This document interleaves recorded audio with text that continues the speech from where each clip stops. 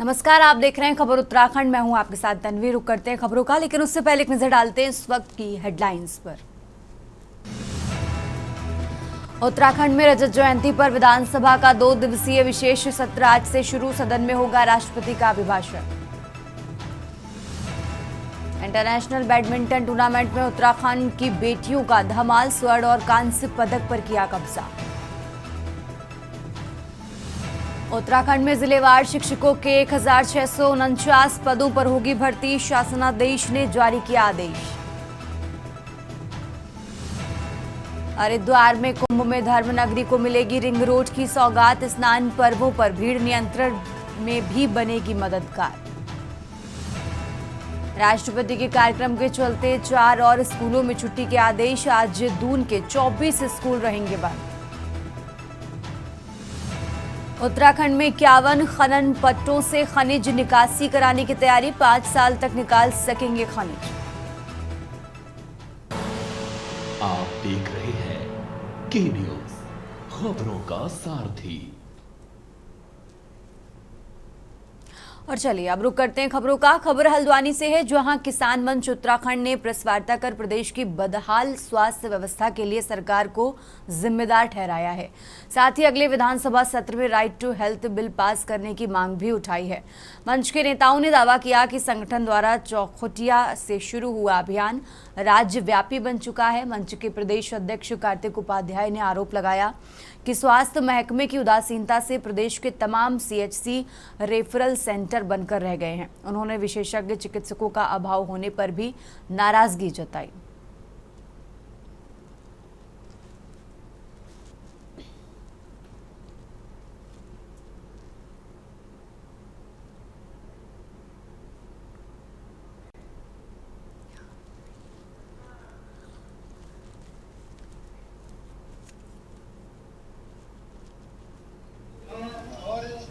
उत्तराखंड की सरकार और ITHS मानक की एक किताब है 2022 की, जो CSC जिन मानकों से चलने चाहिए भारत के, हम चैलेंज जो इस मानक के तहत लागू सरकार करा पाए।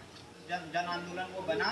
उस जन आंदोलन के बाद इस जन आंदोलन को चौखुटिया तक सीमित न रखते हुए अब किसान मंच और सभी जितने प्रदेश हितैषी संगठन है, उन सबकी एक मांग है कि प्रदेश में राइट टू हेल्थ बिल, जो स्वास्थ्य का मौलिक अधिकार है, वो लाया जाए। कि उत्तराखंड अल्मोड़ा जनपद के चौखुटिया में एक पूर्व सैनिक भुवन सिंह कठायत जी द्वारा एक आंदोलन शुरू किया गया। उस आंदोलन का नाम रखा गया ऑपरेशन स्वास्थ्य, और इनकी मांग जो स्पष्ट थी कि एक सामुदायिक स्वास्थ्य केंद्र और एक चैलेंज और उत्तराखंड की सरकार और ITHS मानक की एक किताब है 2022 की, जो CSC जिन मानकों से चलने चाहिए भारत की प्रेस वार्ता का उद्देश्य ये था कि चौखुटिया से एक आंदोलन पूर्व सैनिक भुवन सिंह कठायत जी ने शुरू किया था, ऑपरेशन स्वास्थ्य। लेकिन जब हम दस्तावेज देखते हैं तो पता चलता है कि करोड़ों रुपए साल के एक सिंगल सामुदायिक स्वास्थ्य केंद्र में खर्च हो जा रहे हैं, और जो ITHS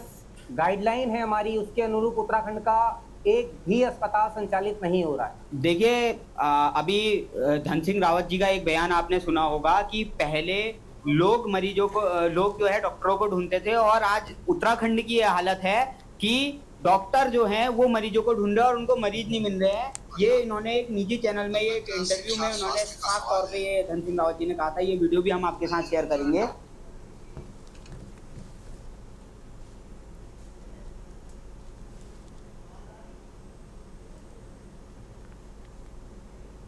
और अब खबर रुड़की से है, जहां गंग नहर कोतवाली क्षेत्र से 31 अक्टूबर को लापता हुई 3 नाबालिग लड़कियों के मामले को लेकर पुलिस महकमा अलर्ट मोड पर है। परिजनों से बालिकाओं के अचानक घर छोड़कर जाने की सूचना मिलते ही पुलिस टीम तुरंत हरकत में आ गई, जिससे मात्र 24 घंटे में हरिद्वार पुलिस ने 12 से 14 साल आयु के तीनों बालिकाओं को मथुरा में खोज निकाला। मामला संज्ञान में आते ही SSP परमेंद्र सिंह ढोबाल ने CIU और कोतवाली पुलिस टीम को बरामदगी के निर्देश दिए। इसलिए पुलिस ने बस और ट्रेन रूट के CCTV फुटेज खंगालते हुए सर्विलांस की मदद से बालिकाओं की लोकेशन ट्रेस करने की कवायद शुरू की।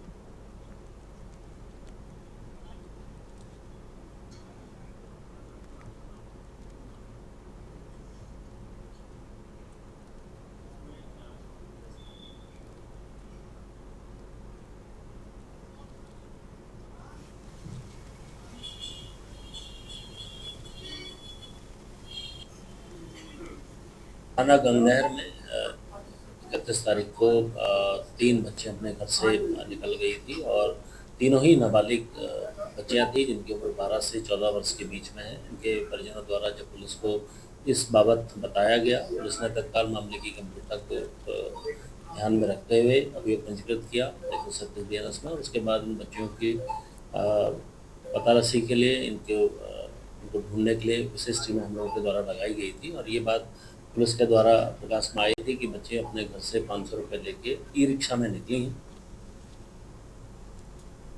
और अब खबर कालाढूंगी से है, जहां विधानसभा क्षेत्र स्थित ग्राम सभा झलुवा जाला में नैनीताल दुग्ध उत्पादक सहकारी संघ लिमिटेड ने रजत जयंती राज्य स्थापना दिवस के उपलक्ष्य में गोष्ठी आयोजित की। मुख्य अतिथि विधायक बंशीधर भगत ने दुग्ध उत्पादकों को ग्रामीण जीवन की आत्मा और अर्थव्यवस्था की रीढ़ बताया। राज्य सरकार किसानों और दुग्ध उत्पादकों के हितों के लिए सदैव समर्पित है। राज्य की प्रगति में किसानों और दुग्ध उत्पादकों की भूमिका सर्वोपरि है, इसलिए राज्य सरकार भी उनके हितों के प्रति हमेशा सजग सतर्क रहती है।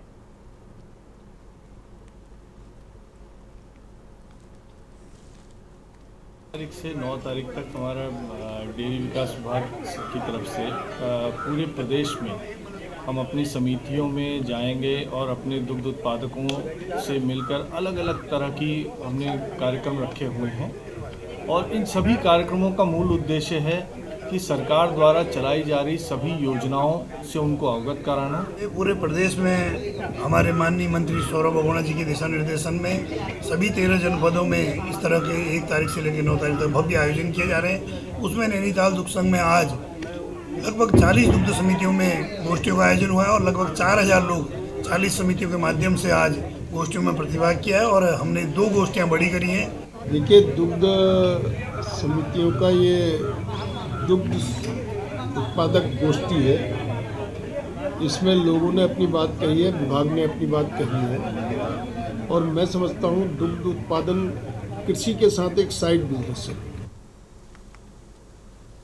और अब खबर उधम सिंह नगर से है, जहां अतिक्रमणकारियों के हौसले इतने बुलंद हो चुके हैं कि नदी नाले के किनारों पर भी अतिक्रमण करने से नहीं चूक रहे। ऐसा ही एक मामला ट्रांजिट कैंप क्षेत्र से आया है। हालांकि अब नगर निगम की टीम ने अवैध निर्माण पर रोक लगाकर मामले की जानकारी सिंचाई विभाग के अधिकारियों को दे दी है। रुद्रपुर की अनेक नदियां अतिक्रमण की चपेट में हैं। अतिक्रमणकारियों ने कई नदियों पर कई मंजिला भवन अवैध रूप से बना लिए हैं, जिस कारण बारिश सीजन में इन नदियों में पानी भर जाने के कारण हर इलाके में पानी जैसी स्थिति पैदा हो जाती है। लेकिन उसके बाद भी नदी नाले के किनारों पर अवैध निर्माण नहीं रुक रहा।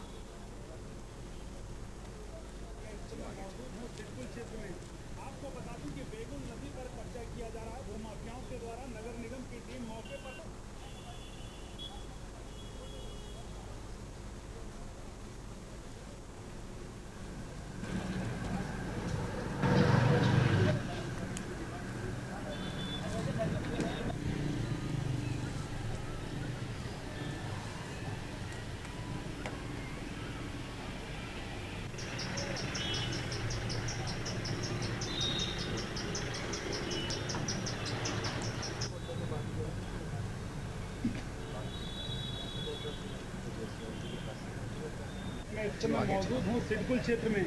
आपको बता दूं कि बेगुन नदी पर कब्जा किया जा रहा है भूमाफियाओं के द्वारा। नगर निगम की टीम मौके पर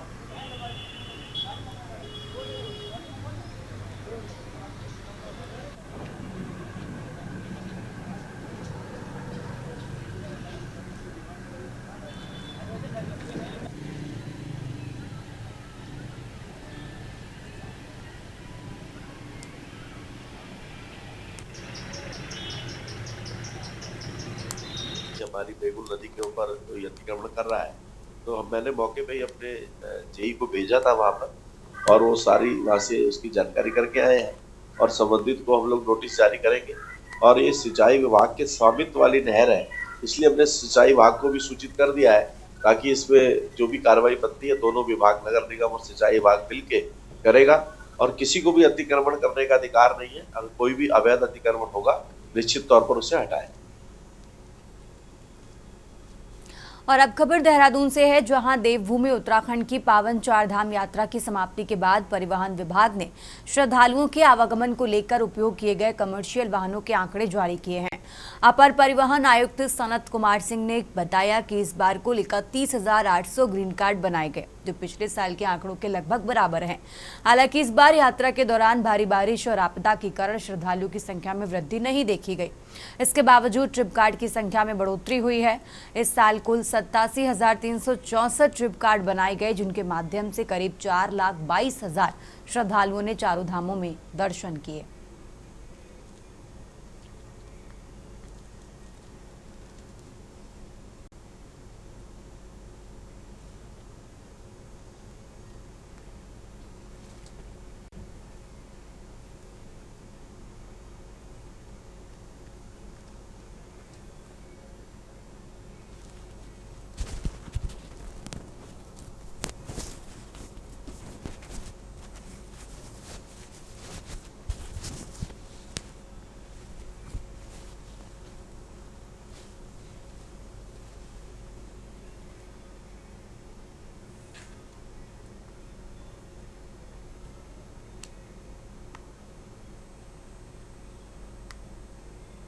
इस बार 31,800 हमारे ग्रीन कार्ड बने थे कुल, और ये संख्या पिछले बार से के लगभग आसपास ही है।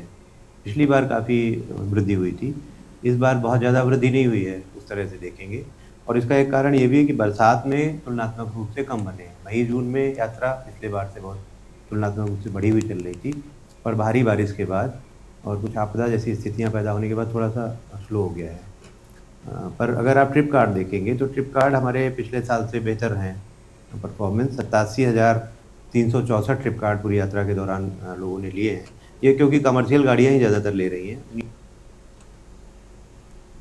आगे बढ़ते हैं खबरों में। देहरादून के कोलागढ़ स्थित ऑडिट भवन में महालेखाकार लेखा एवं हकदारी उत्तराखंड कार्यालय द्वारा सामान्य भविष्य निधि अदालत का आयोजन किया गया। इस अदालत का उद्देश्य जन कल्याण, पारदर्शिता और उत्तरदायी प्रशासन को बढ़ावा देना था।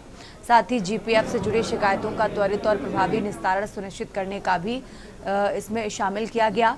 महालेखाकार कार्यालय राज्य के लगभग 45,000 अभिदाताओं के जीपीएफ अभिलेखों का संधारण करता है और उनके हितों की रक्षा के लिए ये विशेष अदालत आयोजित की गई।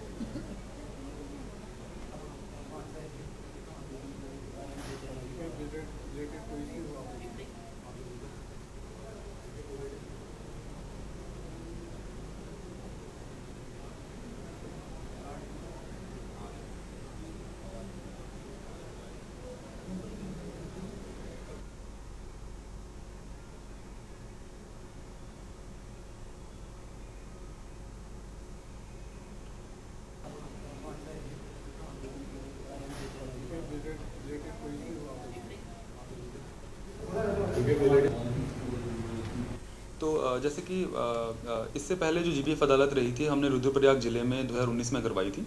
अभी इस अदालत को करने का मुख्य कारण ये था कि काफ़ी सारे जीपीएफ के ग्रीवेंसेस के जो केसेस थे वो लंबित थे और काफ़ी सारे केसेस में हमें मल्टीपल करस्पॉन्डेंस करने पड़ रहे थे और इस वजह से केसेस डिले हो रहे थे।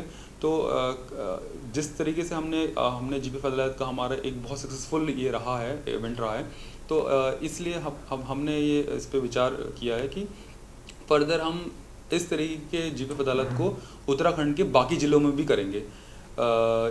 देहरादून ज़िले को चूज़ करने का ये कारण ये था कि सबसे ज़्यादा जैसे 45,000 लाइव सब्सक्राइबर हैं पूरे उत्तराखंड राज्य में, उसमें से लगभग 7-8 हज़ार सब्सक्राइबर्स देहरादून ज़िले के ही हैं। आगे बढ़ते हैं खबरों में। उत्तराखंड दौरे पर पहुंची राष्ट्रपति द्रौपदी मुर्मू का जौलीग्रांट एयरपोर्ट पर भव्य स्वागत किया गया। राज्यपाल लेफ्टिनेंट जनरल गुरमीत सिंह ने मुख्यमंत्री पुष्कर सिंह धामी, विधानसभा अध्यक्ष रितु खंडूड़ी सहित मंत्रीगण, विधायकगण और अन्य जनप्रतिनिधियों ने राष्ट्रपति का स्वागत किया।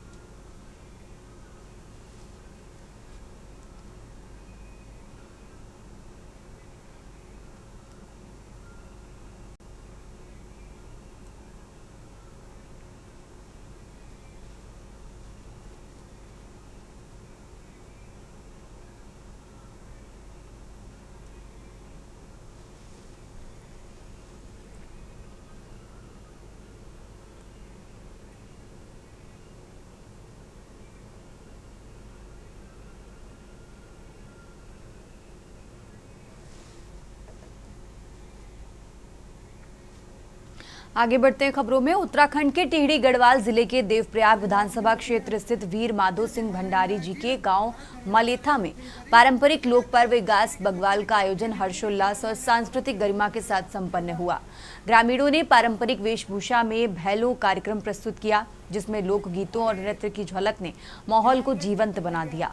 देवप्रयाग विधायक विनोद कंडारी ने पर्व की सांस्कृतिक महत्ता पर प्रकाश डालते हुए कहा कि ये पर्व हमारी लोक पहचान और एकता का प्रतीक है। मुख्यमंत्री द्वारा क्षेत्रीय विकास हेतु करीब 50 लाख रुपए की घोषणा की गई, जिसे ग्रामीणों ने भी सराहा।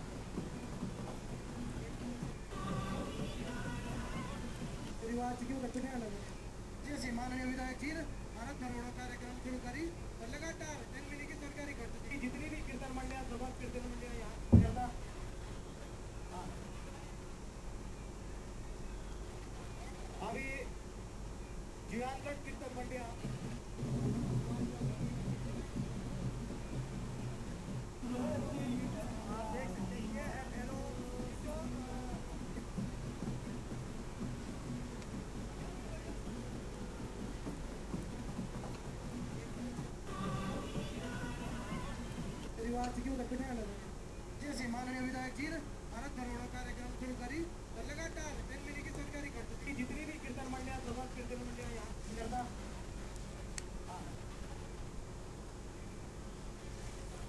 अभी जीवानगढ़ कीर्तन मंडियां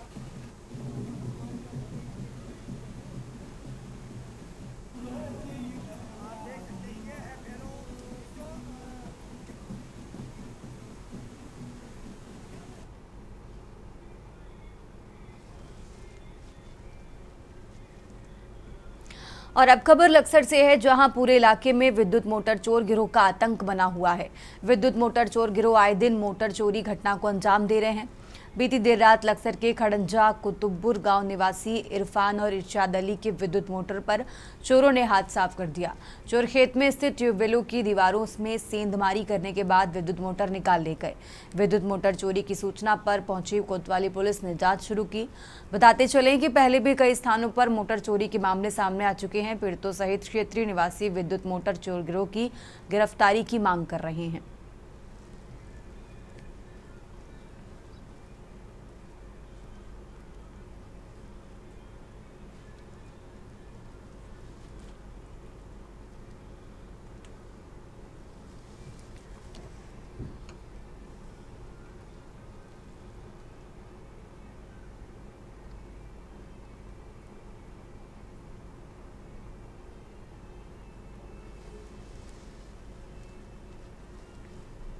और अब खबर लक्सर से है, जहां सहारनपुर से रुड़की लक्सर होकर लखनऊ तक वंदे भारत ट्रेन का संचालन जल्दी शुरू होने जा रहा है। ये सेमी हाई स्पीड ट्रेन हफ्ते में 5 दिन चलेगी। रेल मुख्यालय से हरी झंडी मिलने के बाद विभाग ने इसका टाइम और रूट चार्ज भी तैयार कर लिया है। सहारनपुर से लखनऊ रेल रूट पर पूरे 12 महीने ट्रेनों में काफ़ी रश रहता है। पंजाब या जम्मू तवी से इस रूट पर होकर आगे बिहार, झारखंड, पश्चिम बंगाल, असम जाने वाली ट्रेनों में भी लखनऊ तक सीटों की मारामारी ज़्यादा रहती है। इसे देखते हुए सहारनपुर से लखनऊ के बीच नई ट्रेन चलाने के प्रस्ताव पर रेलवे विचार कर रहा था।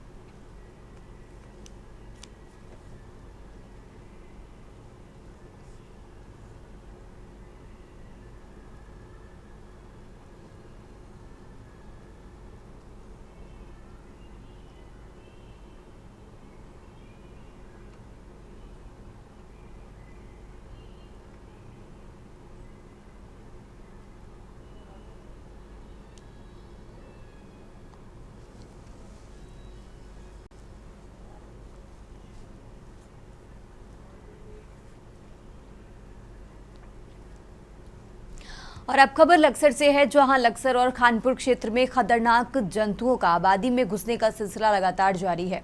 एक बार फिर खानपुर क्षेत्र में एक खतरनाक प्रजाति का सांप एक व्यक्ति अनुज धीमान के घर में निकल आया और इससे घर परिवार और आसपास के लोगों में हड़कंप मच गया, जिसके बाद तुरंत विभाग को सूचना दी गई। वन विभाग ने सर्प एक्सपर्ट मोहन सिंह को मौके पर भेजा और काफी मशक्कत के बाद खतरनाक सर्प का रेस्क्यू किया गया।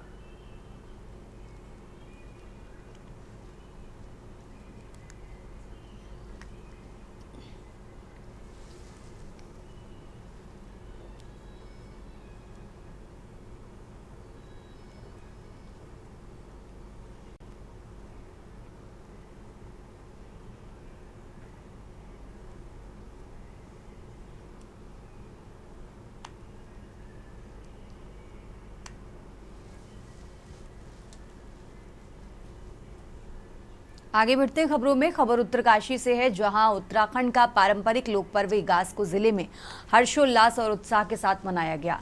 दीपावली के ठीक 11 दिन बाद कार्तिक शुक्ल एकादशी के दिन मनाए जाने वाले इस पर्व पर उत्तरकाशी में सांस्कृतिक विरासत की अनूठी छटा देखने को मिली। कार्यक्रम में लोगों ने पारंपरिक वेशभूषा में सजकर इस त्योहार की रौनक को और बढ़ा दिया। रामलीला मैदान में इगास पर्व पर आयोजित सांस्कृतिक कार्यक्रम का मुख्य आकर्षण भैलो खेल रहा। चीड़ की लकड़ी और रस्सी से बनी मिसालों को जलाकर ढोल दमाऊ की पारंपरिक धुनों पर युवाओं और महिलाओं ने लोकगीतों के साथ भैलो नृत्य भी किया।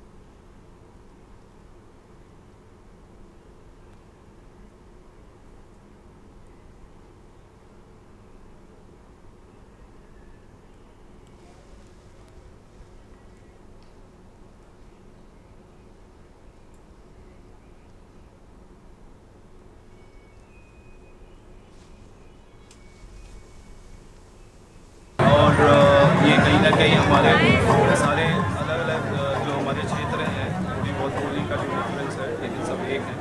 उसी के तहत कहीं ना कहीं ये जोड़ने वाली चीज़ें हैं जो एक ही स्वरूप में है। नाम कई सारे हो सकते हैं लेकिन स्वरूप एक ही है और स्वरूप यही है कि सब लोग एक हैं और मिल के हम एक त्योहारों को, जो हमारे खासकर हमारी फसलों से जुड़े हुए ये त्यौहार हैं और उनके साथ कुछ ना कुछ हमारी लोक गाथाएँ भी हैं।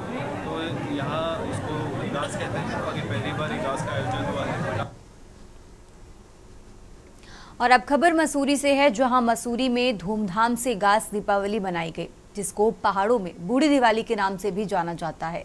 लोक कलाकारों के साथ पर्यटक भी झूमते नजर आए। इस त्योहार को मनाने के 2 किंवदंती हैं। बताते चलें कि भगवान रामचंद्र जब विजय होकर अयोध्या लौटे तो ये खबर उत्तराखंड में 11 दिन बाद प्राप्त हुई, क्योंकि उस जमाने में सूचना तंत्र इतना मजबूत नहीं था। जो दूत सूचना लेकर राजा के पास आए, उन्हें यहाँ पैदल पहुंचने में करीब 11 दिन लग गए। तब टिहरी के राज को पता चला कि उन्होंने दीपावली मनाने का आदेश दिया। दूसरा कारण ये भी है कि एक बार पहाड़ के राजा और तिब्बत के राजा का आपस में युद्ध हो रहा था। राजा की सेना तिब्बत की सेना को हरा दिया, लेकिन दीपावली के वक्त सेना हिमालय के रास्ते वापस आ रही थी तो हुक्म दिया गया कि जब तक उनके सेनापति माधो सिंह भंडारी लौटकर नहीं आएंगे तब तक दीपावली नहीं मनाई जाएगी। इगास जो है उत्तराखंड का एक लोक पर्व है, ऐतिहासिक पर्व है, हमारी संस्कृति से हमें जोड़ता है और इगास पर्व की कई गाथाएं हमें सुनने में आती है। मुख्य तौर पर वीरभद्र माधो सिंह भंडारी जी की तिब्बत फतेह पर जब वापसी हुई तो एक भव्य दिवाली का रूप उत्तराखंड में लिया गया, जो बूढ़ी दिवाली के नाम जाना गया, क्योंकि ये सूचना 11 दिन बाद मिली थी और राम जी के वापस आने की सूचना भी 11 दिन बाद मिली थी। तो स्वाभाविक तौर पर सांस्कृतिक से जोड़ते हुए, वीरता से जोड़ते हुए इस पूरे पर्व को मनाया जाता है। तो इगास पर्व की मैं पूरे शहर वासियों को, पूरे उत्तराखंड वासियों को बधाई देना चाहूँगी कि ये इगास जो पर्व है ये पूरे उत्तराखंड में हर्षोल्लास के साथ मनाया जाता है। और आप मसूरी शहर की बात करें तो मसूरी शहर में पिछले एक हफ्ते से विभिन्न संगठन अपने अपने स्तर पर इगास पर्व को मना रहे हैं, बहुत धूमधाम से मना रहे हैं। और आप जैसा कि आप देख रहे हैं कि आज भारतीय जनता पार्टी के लोगों ने, मसूरी मंडल ने यहाँ पे इगास पर्व का आयोजन किया है। उत्तराखंड की खबरों में फिलहाल इतना ही। आप देखते रहिए के न्यूज़ इंडिया।